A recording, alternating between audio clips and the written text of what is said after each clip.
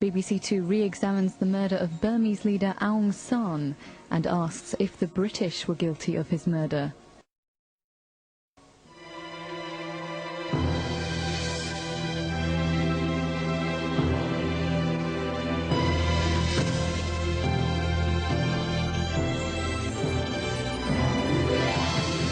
"50 years ago, this man was leading Burma towards independence from Britain. He died in a hail of assassins' bullets. This Burmese politician was hanged for the crime. But did he and his gunmen really act alone, or were shadowy elements of the British establishment behind the plot?"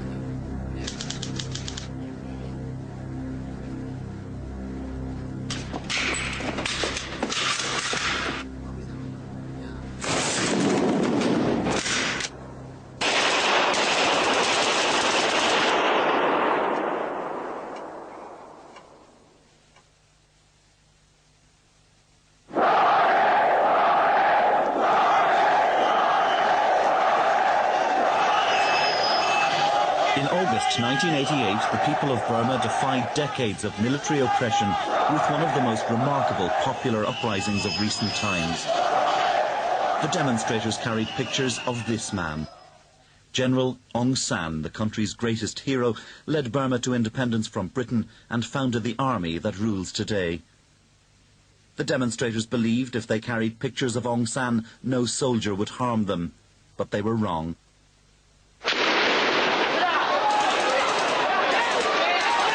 It's estimated that as many as 10,000 people were killed in the bloody slaughter that followed. But from the ashes of repression emerged a leader whose popularity was to gravely threaten the generals in Rangoon. Her name was Aung San Suu Kyi, daughter of the hero Aung San.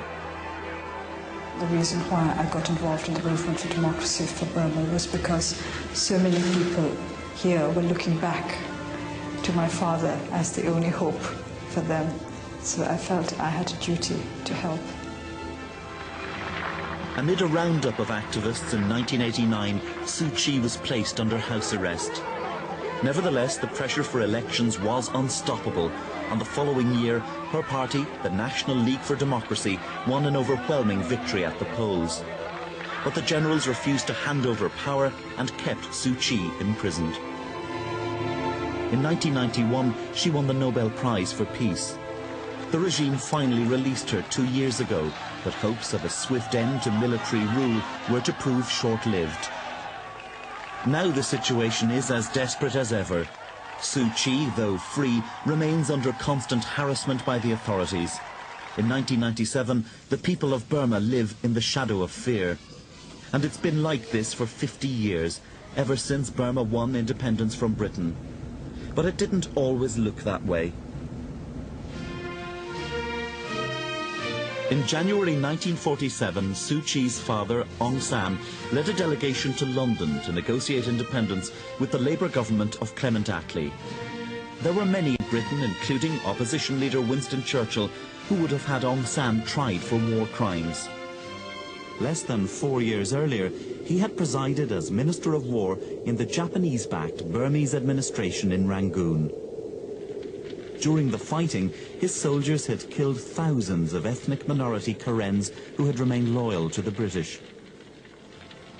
In 1947, however, the Labour government was keen to do business with Aung San, and with him at the helm, the future of Burma looked promising. But 6 months after this film was taken, disaster struck.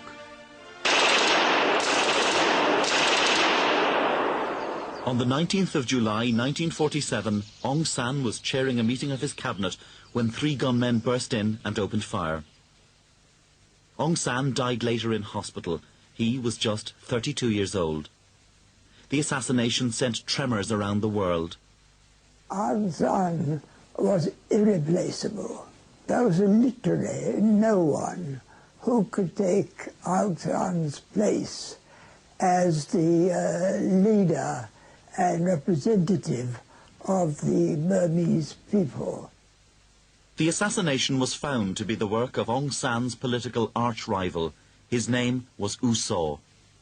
U Saw was tried and hanged, but now, 50 years later, a new witness suggests U Saw may not have been acting alone. Well, he said, I was just let down, wasn't I? Government House let me down. I said, what do you mean let you down? There couldn't be a party to executions and assassinations. He said, well, look, there were certain indications to me that things would be all right. And here at the Public Record Office in London, documents kept secret for nearly 50 years strengthened the suspicion that British interests were involved in the assassination of Aung San. In tonight's specially extended edition of East, we tell the remarkable story of Aung San and why it was some people in Britain wanted him dead.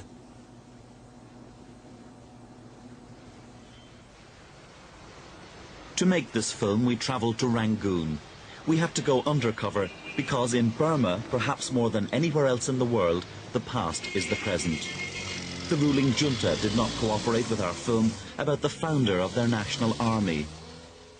Many of Aung San's friends and colleagues who spoke to us were running considerable risks, even though they were talking of events 50 years ago and more. If only he was not assassinated, Burma will not get into such trouble, I think. For decades after Aung San's death, 10:37 on the morning of the 19th of July was the moment when all Burma stopped, remembered the country's greatest hero, and wept. I felt my heart sank. Everybody in Rangoon, when we heard that, we just couldn't speak to one another. When they have carried out Aung San's corpse with stretchers, I passed just inside the secretary compound, and one secretary of the government ministry, Uchanda, made a remark.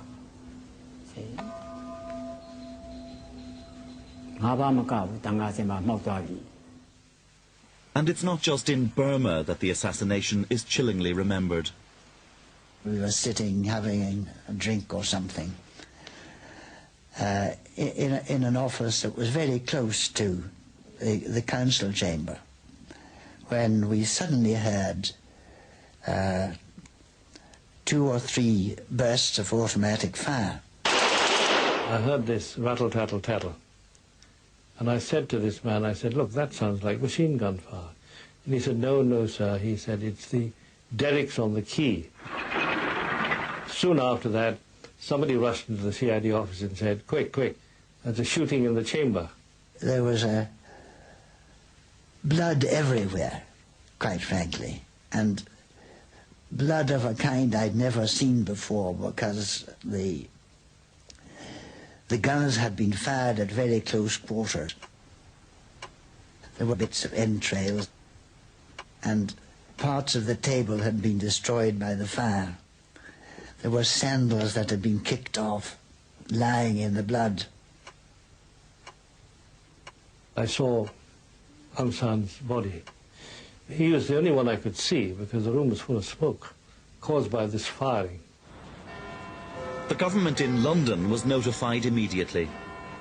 This was the very worst Saturday afternoon I can remember in all my life.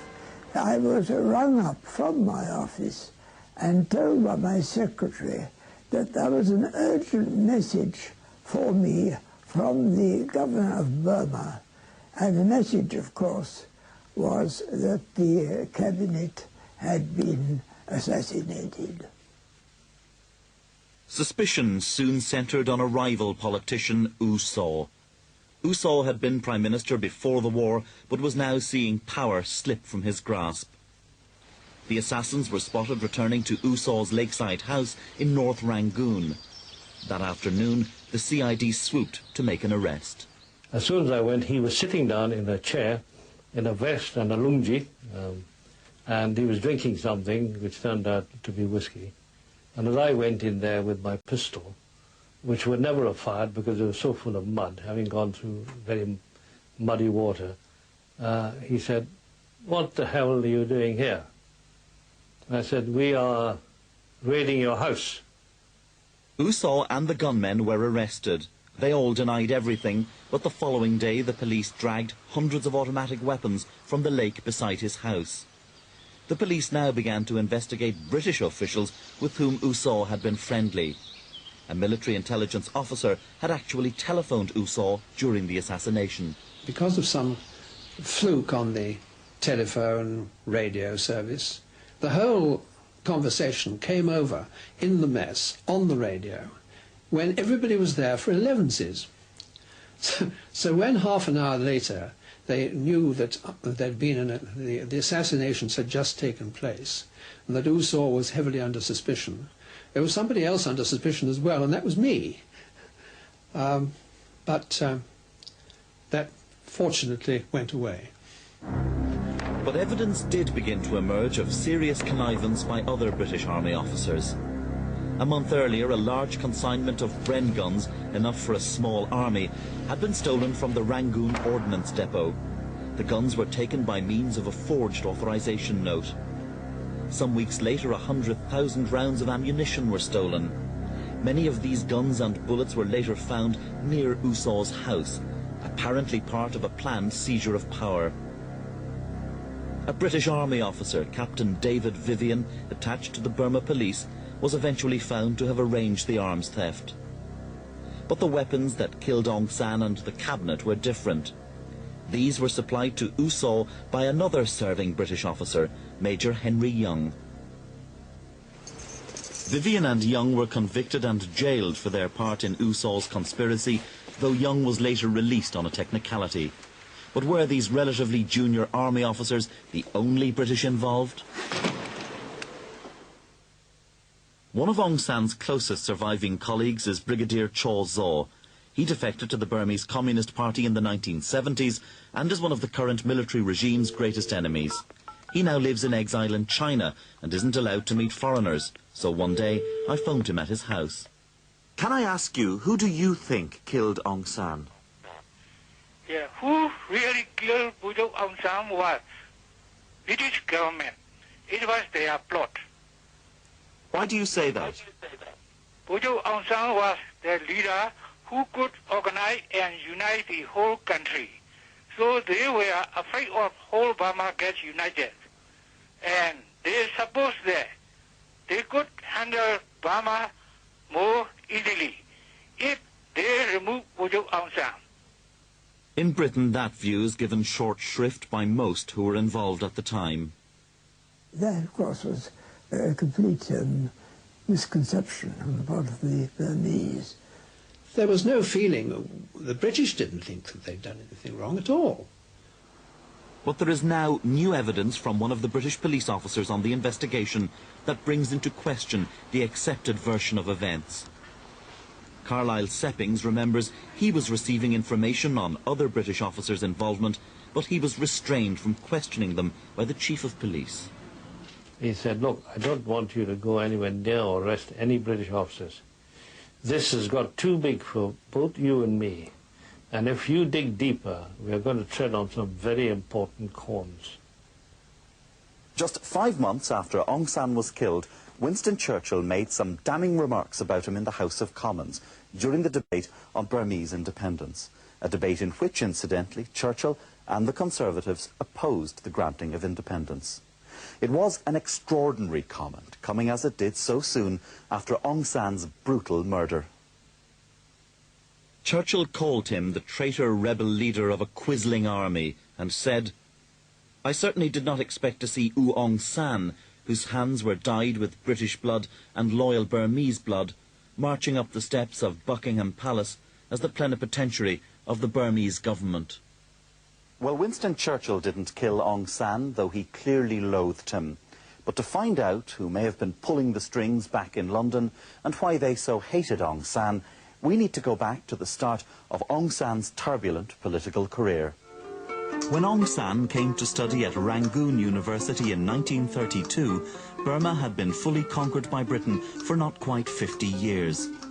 The country was ruled as a province of the far larger imperial concern, India. But in 1935, in response to a rising tide of nationalism, London agreed to give Burma separate status. For many, like 20-year-old Aung San, it was not enough. I think the ambition of most university students at that time was to become members of the civil service or to become professionals. But my father belonged to this new generation who were more political and who thought in terms of independence for the country rather than in terms of just a comfortable career for themselves under the colonial government. While still a student, Aung San threw himself into anti-British politics. He joined the most radical nationalist grouping known as the Thakins. The Kin organization was formed because in those days, British authorities liked to be addressed as the Kins, masters, by their subordinates.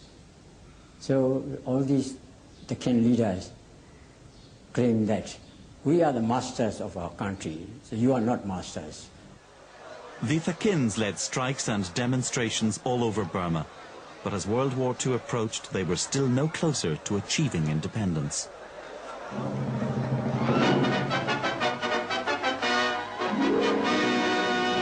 The outbreak of war in Europe offered new hope to the Thakins. When the war broke out, we Thakins decided not to cooperate with the British. Our slogan was, Britain's misfortune is Burma's opportunity. Aung San and the other leading Thakins immediately became Burma's most wanted men. Soon most of the Thakins were behind bars. So Aung San and a fellow activist decided to escape from Burma.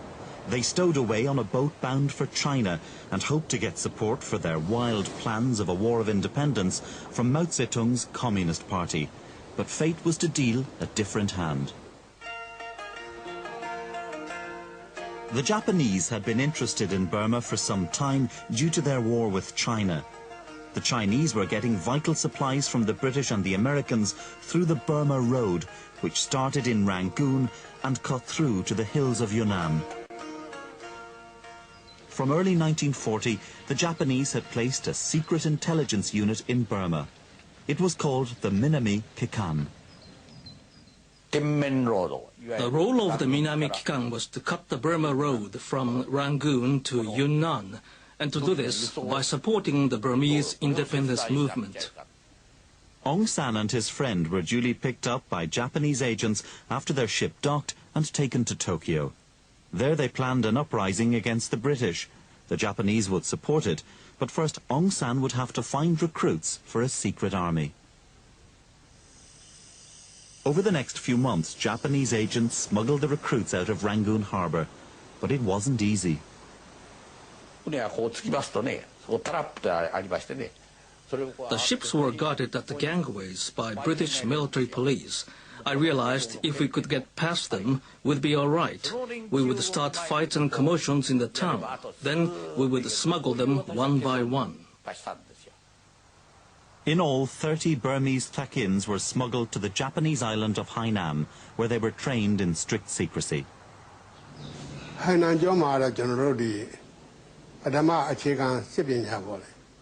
In Hainan, we learned basic military training. The Japanese trained us in 3 areas: combat and warfare, intelligence, and administration. However, the plan to re-enter Burma secretly and organize an uprising against the British kept being postponed for fear of jeopardizing Japan's far wider plans for a war throughout Asia. All became clear on December 7th, 1941.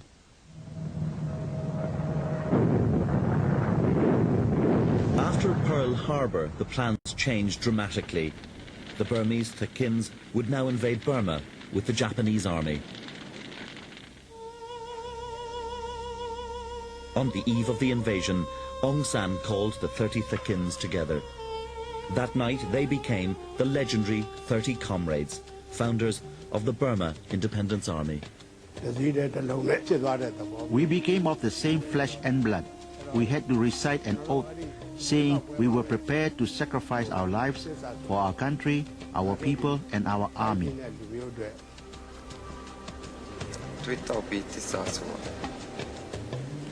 It was the first time since the days of the Burmese king that Burmese people were actually heading a patriotic fighting force.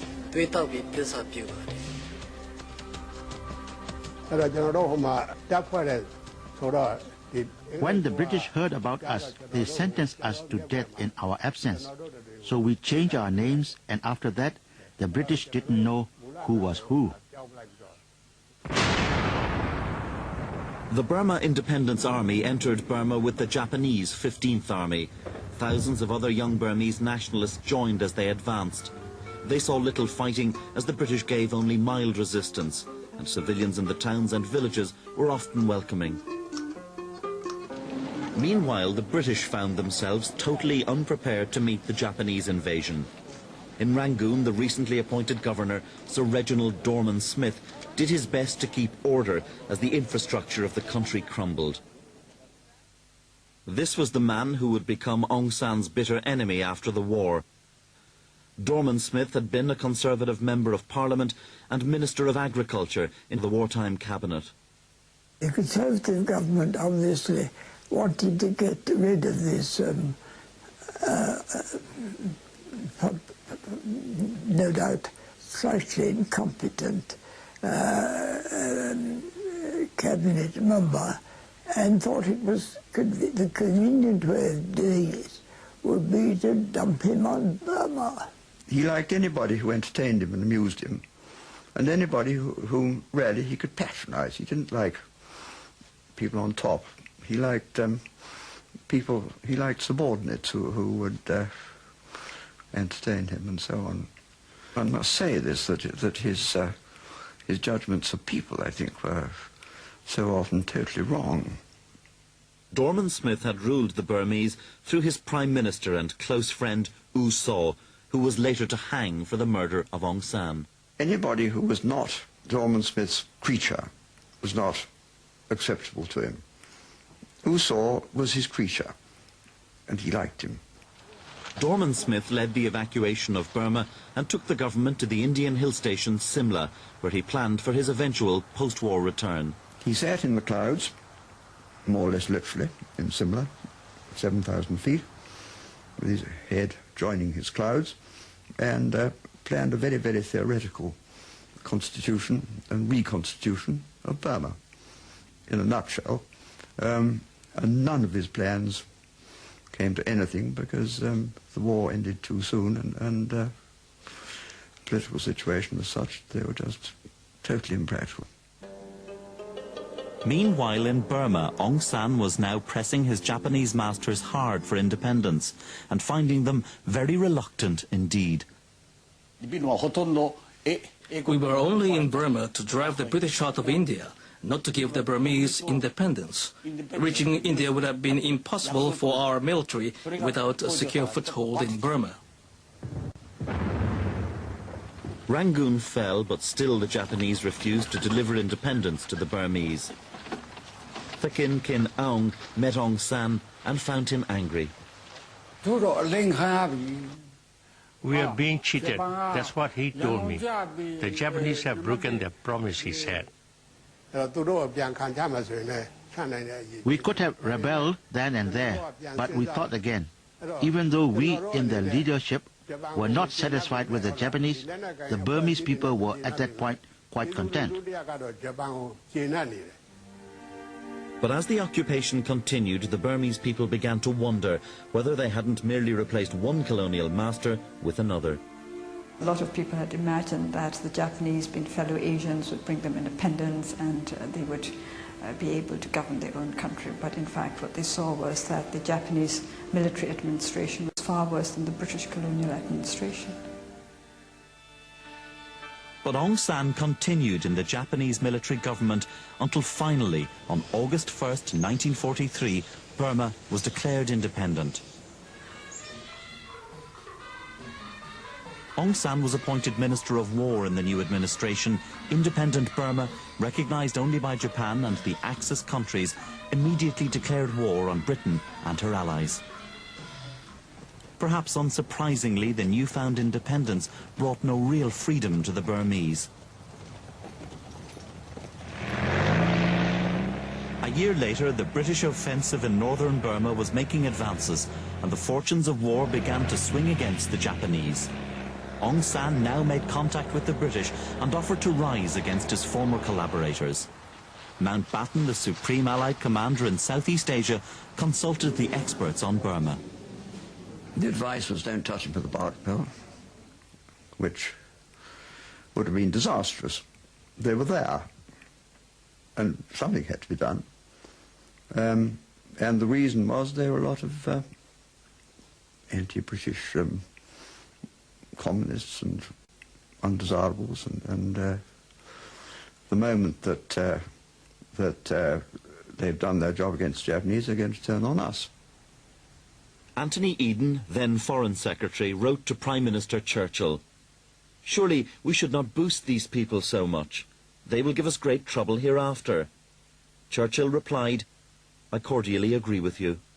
But Mountbatten took his own line. Mountbatten understood that my father was a force to be reckoned with within Burma, and I think he also accepted the fact that the Burmese army could be of considerable help to the Allied armies. Churchill wrote in his diary some weeks later, "I hope Mountbatten is not going to meddle in Burmese politics." Mountbatten told me that he had to be very careful to prevent the line he was taking on his initiative from getting back to Churchill in London, because he's quite certain that Churchill would then have given him the sack. At midnight on the 27th of March 1945, the rebellion went ahead, and some weeks later, Aung San crossed the Japanese lines to make direct contact with the British.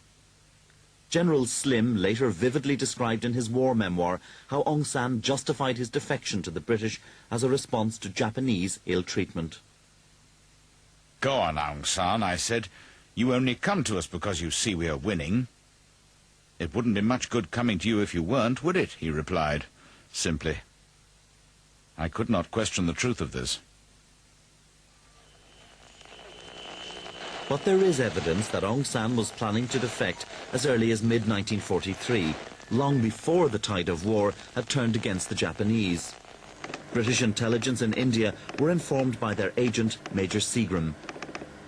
Seagram was the British leader of the Karens in the hills to the east of Burma. And he had a first-hand report that Aung San in 1943 was prepared and preparing to turn on the Japanese. Nevertheless, the view of Aung San as a Johnny-come-lately persisted. The general impression in the British forces of Aung San and his merry men was that they had jumped on the bandwagon at the very last moment, and therefore, although we had to treat them with respect and this and that, they weren't really, they weren't a big deal. In May, the British recaptured Rangoon and accepted the Japanese surrender. Aung San set about integrating his forces, now called the Anti-Fascist Organization, into the British Army for continuing the war against the Japanese. For at that point, their total surrender still seemed a distant prospect. Then, everything changed.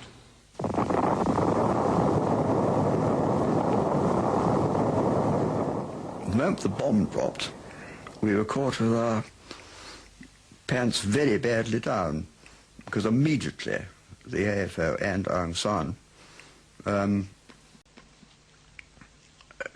called a meeting of our committee, and they said this changes the situation totally.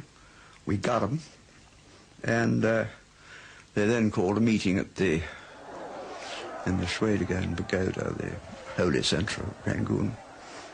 Many people attended, and they passed a resolution by popular acclaim, A, that civil government should return to Burma immediately, and B, that a civil government should be formed composed of members of the resistance movement.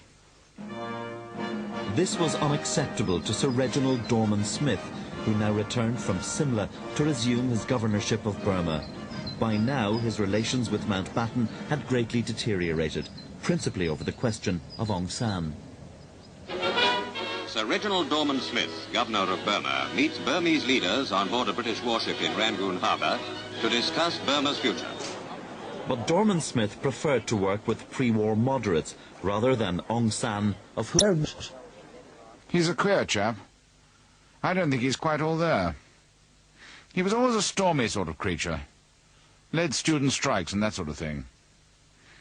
But he's not a big enough man to lead this country, as, say, her First Dominion Prime Minister.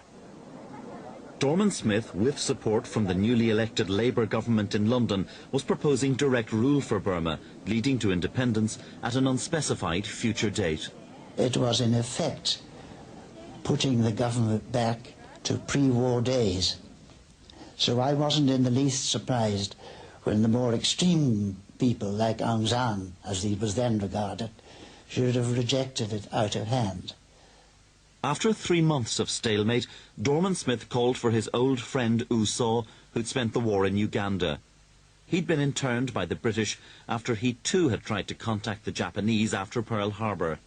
Eric Battersby brought him back. And I was dispatched in the forlorn hope that he would be able to influence Aung San away from his extremist notions.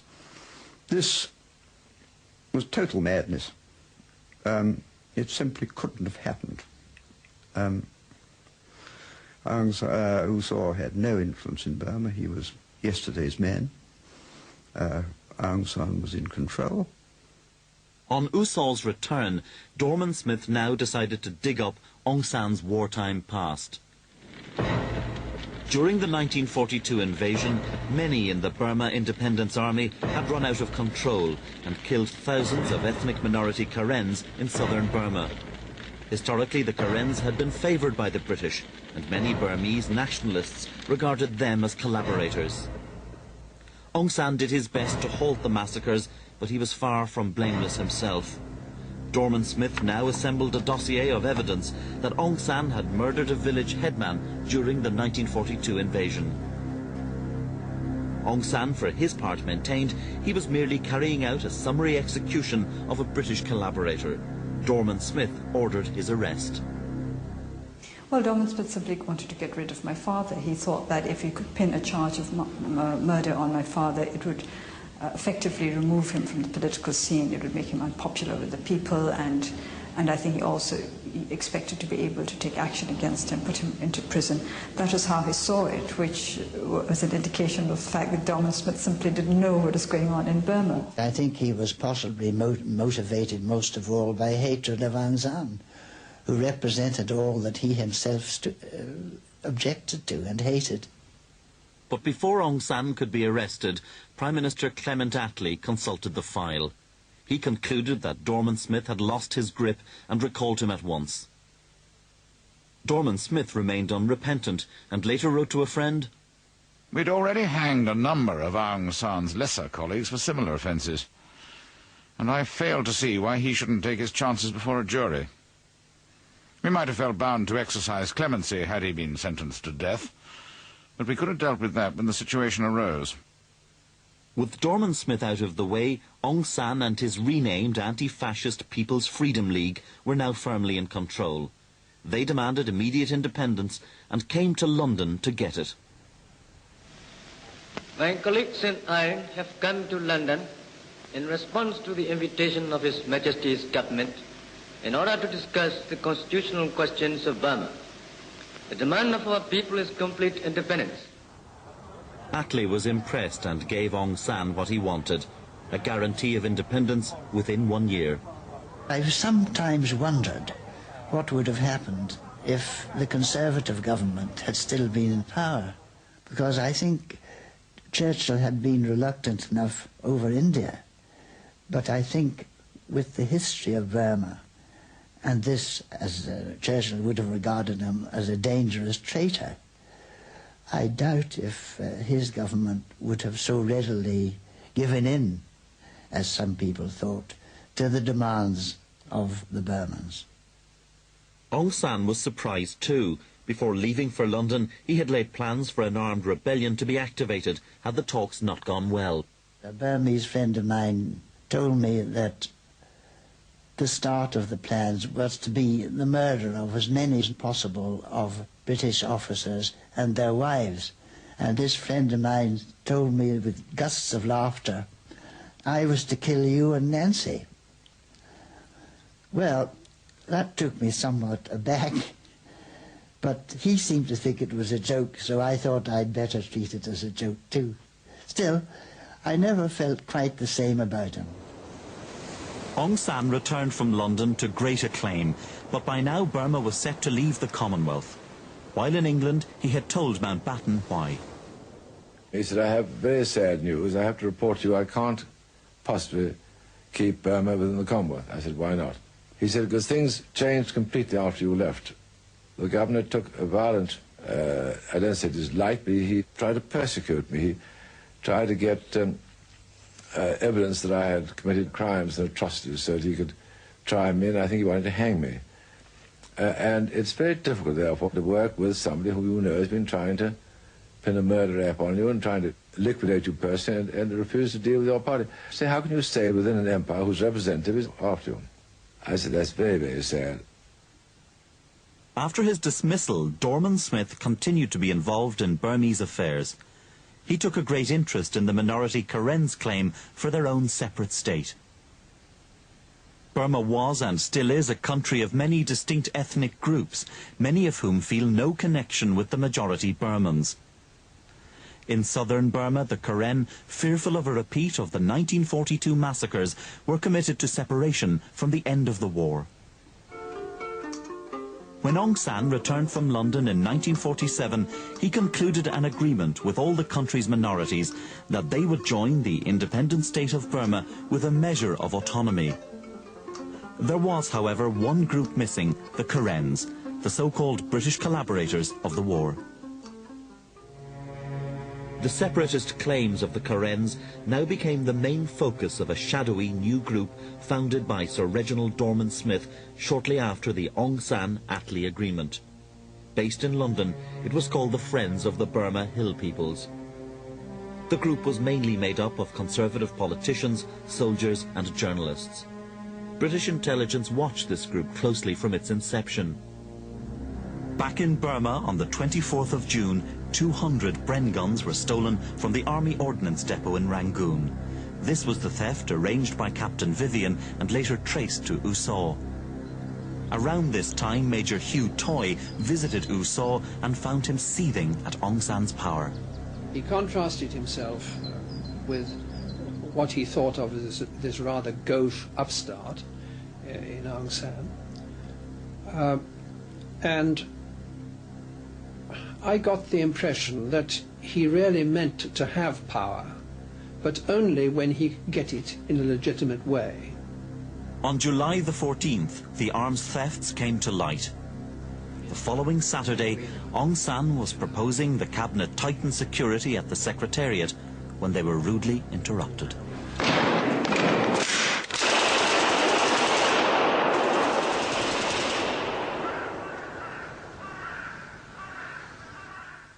U Saw and 8 others stood trial for murder. Sir Reginald Dorman Smith offered to give evidence in his friend's defence, but was discouraged by the British government. U Saw was convicted of conspiracy to murder and sentenced to death. Dorman Smith intervened once more, this time to plead for clemency for his friend. The plea was rejected. On the day of the hanging in May 1948, the British ambassador in Rangoon wrote a secret telegram to Whitehall. That telegram has remained classified for nearly 50 years, until only a few months ago the Foreign Office decided to release it to a researcher on this programme. The telegram reveals that the Chief of Police told the ambassador, and I quote, "We're now virtually convinced that there was British connivance in the assassinations." The police chief cites Sir Reginald Dorman Smith as a suspect. He believed the go-between was a man from the British Council in Rangoon called Bingley. Bingley hasn't featured so far in our story, but he will now. Soon after his arrest, U Saw, in desperation, started writing secret letters from his cell. First he wrote to Captain Vivian in code. He said he wanted to contact the tall gentleman. Everyone got very excited because who is this tall gentleman? That was a great mystery. Vivian, who by now was also in prison for the arms theft, strongly advised against contacting the tall gentleman.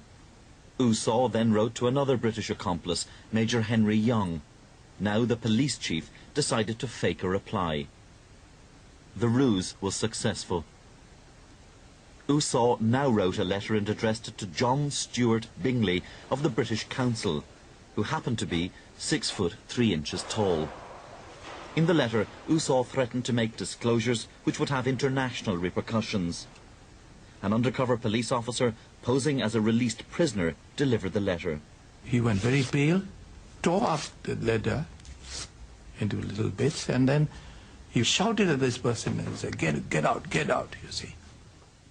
The police chief, Tun Hla Aung, now insisted on interrogating Bingley. Bingley was evasive and denied involvement. Tun Hla Aung was dissatisfied and requested another interview, but the new governor, Sir Hubert Rance, insisted Bingley was a victim of circumstances and should be allowed to leave. The Burmese cabinet, fearful independence might be stalled, reluctantly agreed. My father, for a long time, had lingering doubts, and because he wasn't satisfied that he was allowed to do everything that he had wished to do. Tun Hla Aung decided to confront Bingley one last time on his own. He found him outside the Strand Hotel in Rangoon, preparing to leave for England. The police chief carried a second letter from U Saw, even more incriminating than the first. I took a grave risk, as advised. I think he was trying to get Bingley to say something. That this was his last chance to get Bingley to admit. But Bingley claimed diplomatic immunity and refused to answer the police chief's questions. And finally he was allowed to leave, and my father said, don't you ever come back to Burma. John Stuart Bingley died in 1979 in Surrey. His internal reports on the assassination don't figure in the publicly available British Council files at the Public Record Office. Like Sir Reginald Dorman Smith, Bingley was a keen supporter of Karen independence. Recently declassified documents from 1948 reveal that Sir Reginald's group, the Friends of the Burma Hill Peoples, was, according to British intelligence, involved in the armed overthrow of the government of independent Burma in support of the Karens. Many documents on this group still remain secret. But those released identify as key figures in the group two close associates of U Saw, his brother Mong Mong Ji and his defense lawyer Benjamin Vertanes. One person who knew much concerning the assassination was Aung San's close friend and secretary at the London talks, bòdgs oʊʔ. Setcha is now dead, but he told his story to an American journalist living in Bangkok in the 1960s. Bòdgs told me that there was a very powerful group in London. These were people who, during the war, had been in the secret intelligence services. They had been involved diplomatically with Burma, militarily, and also with the Secret Service. Since that time, some of them had risen to the House of Lords. Others were very powerful in the upper reaches of the British government. But they were essentially left over from the conservative government, and now, with the new Labour government, found themselves unable to act directly to influence British policy. So they had to act obliquely and in the shadows due to their determination to get revenge on Aung San and to prevent Aung San's triumphant independence for Burma. And one other person involved in the Karen campaign, who was also involved in U Saw's conspiracy, was Captain David Vivian. Vivian escaped from prison in Burma and went to fight with the Karens. The Times reported him killed in an ambush by the Burmese army in 1950. But we've discovered a diary of his fighting days with the Karens up till 1954, and that he returned to Britain from Thailand in 1955 with false papers under the name of John Morgan. The Foreign Office files on Vivian have been destroyed, but the index shows the British Embassy in Bangkok knew he was evading a jail sentence in Burma. While in prison in Rangoon, Vivian had exorcised the British authorities when he claimed, "Someone in England is interested in seeing me put away and not allowed to talk. If I could tell the facts, there would be a big rumpus, especially between British and Burmese." Hoping to find out more about the mystery of Captain Vivian, I travelled to Durham University to consult a file on Vivian's 1955 return in the private papers of the British Commissioner General of Southeast Asia. Sure enough, there was a file marked Vivian, but I couldn't find the documents. Instead, I found this white card. Dr. Fuster, no document on Captain Vivian, as there should be, just this piece of paper. Why? Because after the papers were catalogued, the members of staff of the Foreign and Commonwealth Office examined them and retained a considerable number of papers on account of their sensitivity, and these papers that you're mentioning still have residual sensitivity. The Foreign Office confirmed initially that the papers on Captain Vivian were to remain closed until the year 2005. But just before this programme was completed, that decision was reversed and the papers released. These confirmed that Captain Vivian was indeed smuggled back to London by the British government. But they still do not tell the whole story. The Foreign Office has, in its own words, made deletions where the text remains sensitive. So what are we to make of the assassination of Aung San? Was he really killed, as most history saw it, by Aung San alone, inflamed by revenge and jealousy, who then sat and waited at home after his gunmen returned? Or was Aung San led to believe by powerful people, British people, who hated Aung San and all he stood for, that he would be called on to lead the government in the crisis that would inevitably follow? We'll probably never know who really killed Aung San. Too many people are now dead, too many files still kept secret by the British government. But one thing is certain, the people of Burma have paid a high price indeed for his death. In January 1948, Burma became independent and left the Commonwealth. Within a year, the country was plunged into civil war and the minority peoples went into revolt. These conflicts spawned the brutal dictatorship which survives to this day.